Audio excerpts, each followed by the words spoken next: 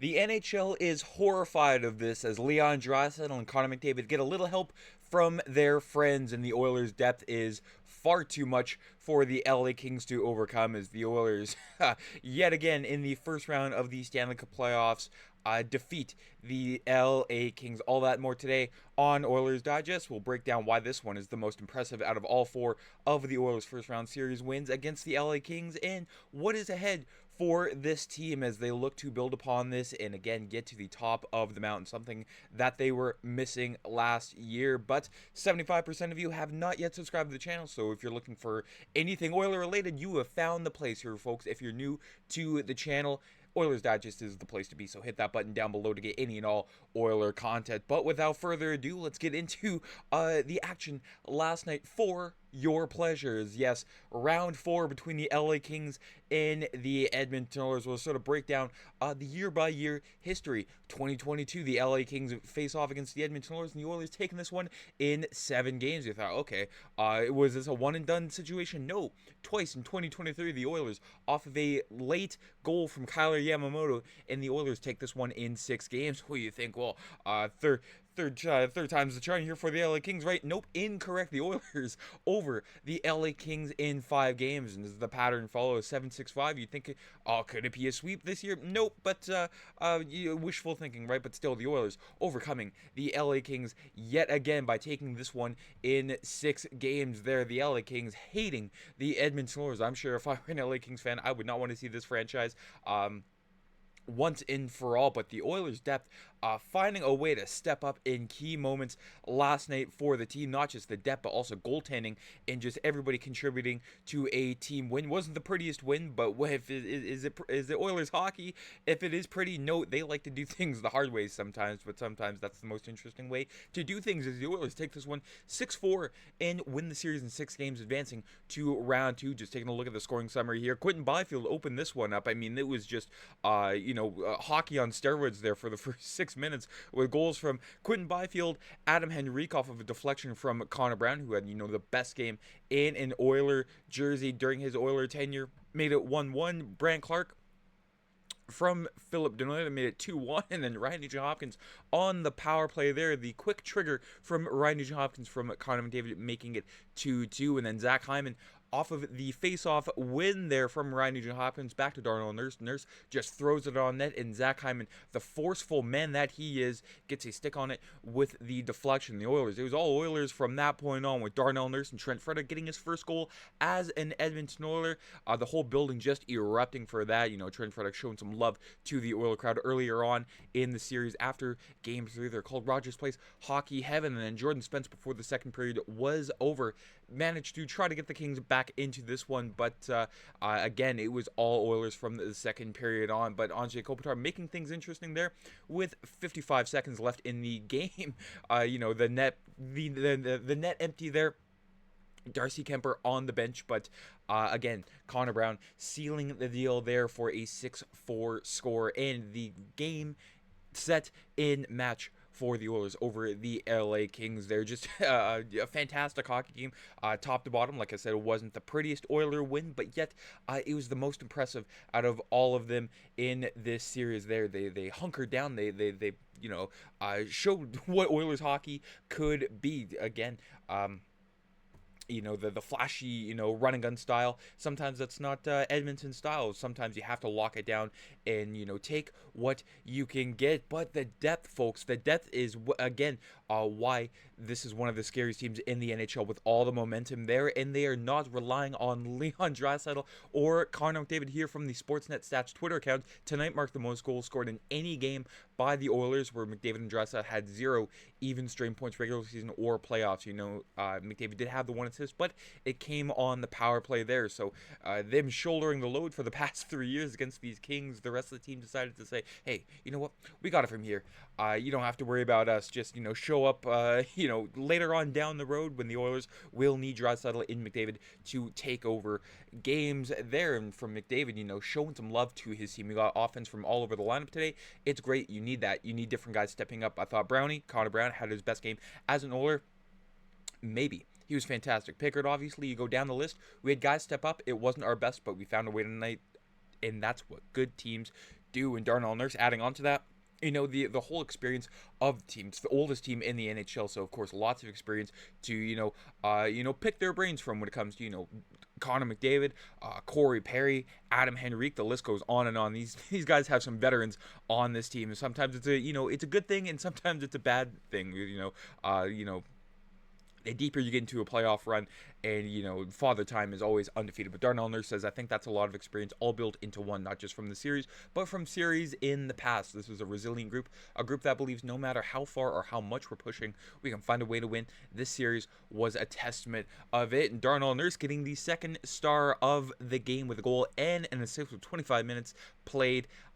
Time on ice. I mean, the Oilers defenseman, running 6, but pretty much it's only 5, with Ty Emberson being sheltered there. So Darnell Nurse shouldering the load with no Mattias Ekholm, who is confirmed to not be in round 2 for the Edmonton Oilers at all. So again, a huge opponent in their way, but no Mattias Ekholm. But we've seen, the Oilers defensemen step up. John Klingberg, Jake Wallman, the list goes on and on there, but we will need that again from them in round 2. But Zach Hyman, sure, he's been quiet most of the series, the first 2 games, not a whole lot, but just throwing the body, goal and an assist also from him last night there. And he's, when he's on his game, he is a forceful presence and something that the Oilers desperately need. Shots on goal 29-27 in favor of the Edmonton Oilers. Faceoffs won. The Kings dominated them 32-23, and then the special teams, like I mentioned throughout the series, hammered at home time and time again. Special teams is where this series is going to be won and lost. The Oilers going 1-for-1 on their only power play. Meanwhile, the LA Kings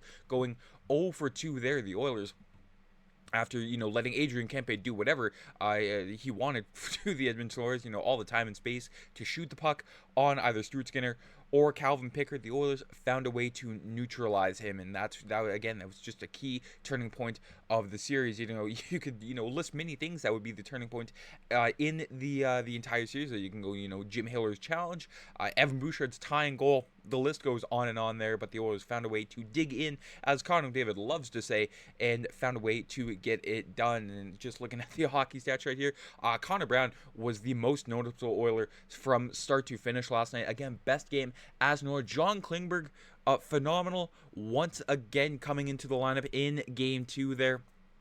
He was a questionable player, ever since he was acquired by the Edmonton Oilers, but in the playoffs, he is showing his worth there, top to bottom. I didn't think anybody had like a terrible game going, from the bottom to the top there. Evan Bouchard, of course, he's an enigma on the ice there. Corey Perry, the worm, still showing his worth there. Victor Arvidsson, only 7 minutes played last night, but again, very quiet in a series where you thought he'd try to do something to prove himself against his former team there. You can see, Darnell Nurse, you take the good with the bad, a recurring theme throughout this series there. Goal and assist, but again, quite an adventurous defenseman last night against the Kings, and something that you need him to lock in during the second round of the playoffs there. But again, just a complete team effort, and that is what you need throughout the Stanley Cup playoffs. You can't rely on 1 or 2 guys like the Oilers have done in the past with McDavid and Draisaitl. You need everybody to chip in to, not just conserve energy, but just get everybody's confidence going, because, a scary team is a team that believes in every single one of their players, and a team that plays for each other is, again, a team that you love to watch. And these Oilers, you saw it in the post-game celebration there. They are wanting this for each and every one of each other in that team, and that is what you absolutely love to see. Just taking a look at the stats here.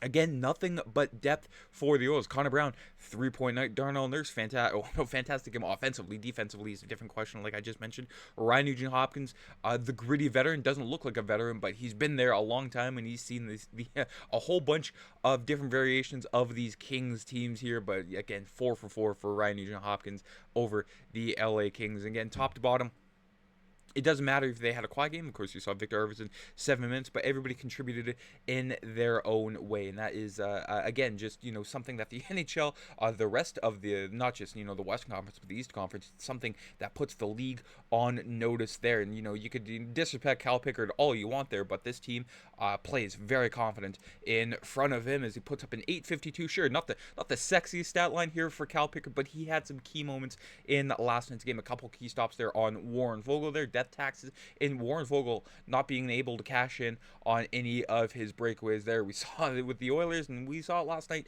with the LA Kings. But again, Cal Pickard standing on his head when he absolutely needed to. Sure, a few weak goals throughout the series, but the Oilers, bounced back, and Cal Pickard did not let that get in his head there. Coming into the series after Game 2 there, 857, 927, 955, and then 852 there. So it's not, extreme, bad or good there. But again, just gave the Oilers a chance to win in every single night. That's really all you need from your goaltender. You don't need good. You just need someone who can keep your team in it and, again, give them a fighting chance to win. I mean, what a save in the dying moments of last night's game on Brandt Clarke there. I'm not sure how, there's a kerfluffle in the crease. Not sure how the puck, didn't squeak over the line there, but Cal Pickard just phenomenal there.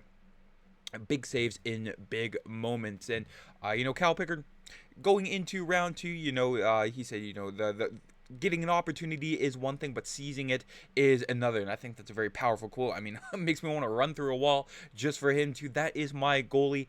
Number 30, we also, number 30, quite some time ago, take the Oilers on historic cup run. Bill Ranford wearing number 30. Cal Pickard channeling his inner Bill Ranford there. Said I was just trying to make the saves when I could, do my job, and trust my teammates that they were going to do theirs, and they did. Tonight wasn't our best, but we found a way. We scored some goals and made some big plays when it mattered, and it's exciting. I'm excited, just buzzing from last night's game. It's still quite some time ago, but just a huge win over the LA Kings. In a week, we went from down 2-0 in the series to winning the series. So it feels good right now, and we're excited for what's ahead. And folks, what is ahead? I mean, the Oilers passed the first round of the Stanley Cup playoffs, as is tradition, but let's see what is up next for this team. Yes, nighttime has fallen. Last night, the Vegas Golden Knights defeated the Minnesota Wild in Game 6 of their series, and also clinched a spot into the second round of the Stanley Cup playoffs. We're still waiting for the Winnipeg St. Louis series to be finished. Game 6 is tonight, with a potential Game 7 on Sunday, and then Dallas, Colorado. Just a battle of a playoff series there. That's as good as playoff hockey can get between those two teams. It's a shame that it's a first round matchup, but we're still waiting for those two series to finish up. The East is all decided for the second round there, so we have to wait for the West to finish up before we can find out when the Vegas Golden Knights and the Edmonton Oilers will play in Game 1 of the second round at T-Mobile Arena. There's the Vegas Golden Knights do have home ice advantage for finishing first in the Pacific. The Oilers only finishing 9 points behind Vegas. The losing slide after the Four Nations face-off, kind of sullied the Oilers' chances of winning the division. But, it doesn't matter to them. It just matters about how they play in the playoffs there. And from Connor McDavid, says he's looking forward to it. They're a great team. Obviously, they've won and have a solid back end and through the middle of the rink. They're deep. There's 8 teams left, or there will be 8 teams left after, the other 2 Western Conference series conclude. But they're all good. They're still in for a reason, so we got our work cut out for us, and we'll be ready to roll. I know the season series doesn't really matter a whole lot in the playoffs, but these two teams tied 2-2 during their 4 games. The Vegas Golden Knights winning 4-2 in 1-0, and then meanwhile the Oilers 6-3 in 3-2 on April 1st. They're off of a stellar game from Cal Pickard, so we'll need to see that again in these second round matchups. But that is it for today's video, folks. Let me know down in the comments what you thought about last night's game. I mean, hell of a game. I mean, fantastic game. Like McDavid and Pickard said, wasn't the prettiest, but I mean, they still got the job done. They don't ask how, they just ask how many. And if you're also new to the channel, make sure you subscribe if you haven't already. But folks, I'm curious to see what your thoughts on last night's game are, and your thoughts heading into the second round of the playoffs. Do you think the Oilers match up well with the Vegas Golden Knights? Do you think they'll get revenge from the 2023 second round series there, where they were just oh so close to getting over the Vegas Golden Knights before they eventually got in their own way, and Vegas eventually went on to win the cup? But again, let me know your thoughts down in the comments. And folks, have yourselves a fantastic rest of your Friday. It's Friday. The weekend is upon us, and enjoy the Jets Blues game tonight. Should be a very exciting one. Take care. I'm Matt.